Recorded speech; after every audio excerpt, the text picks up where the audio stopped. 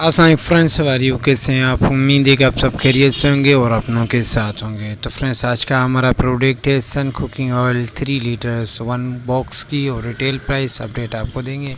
तो फ्रेंड्स, आपको पता है कि मेरे चैनल की इन्फॉर्मेशन है, ऑनलाइन बिजनेस नहीं है, सिर्फ आपको प्राइस की इन्फॉर्मेशन देनी है। तो फ्रेंड्स, चलते हैं अपने प्रोडक्ट की होलसेल रिटेल प्राइस की तरफ। तो फ्रेंड्स, सन कुकिंग ऑयल 3 लीटर की MRP इस वक्त जो है 1698 रुपये से 1689 रुपीज़ है और इसकी होलसेल प्राइस जो है बॉक्स की 1 बॉक्स में 6 बोतल होती है और उसकी प्राइस है 8900 रुपीज़। आपको फाइनल 8800 रुपीज़ तक मिल सकती है। मज़ीद वीडियो देखने के लिए हमारे चैनल का विजिट कीजिए और डेली प्राइस अपडेट के लिए लाइक सब्सक्राइब करें, बेल आइकन जरूर प्रेस करें, बेल आइकन ऑल करें ताकि जो भी न्यू वीडियो हमारा अपलोड हो आपको नोटिफिकेशन हो जाए।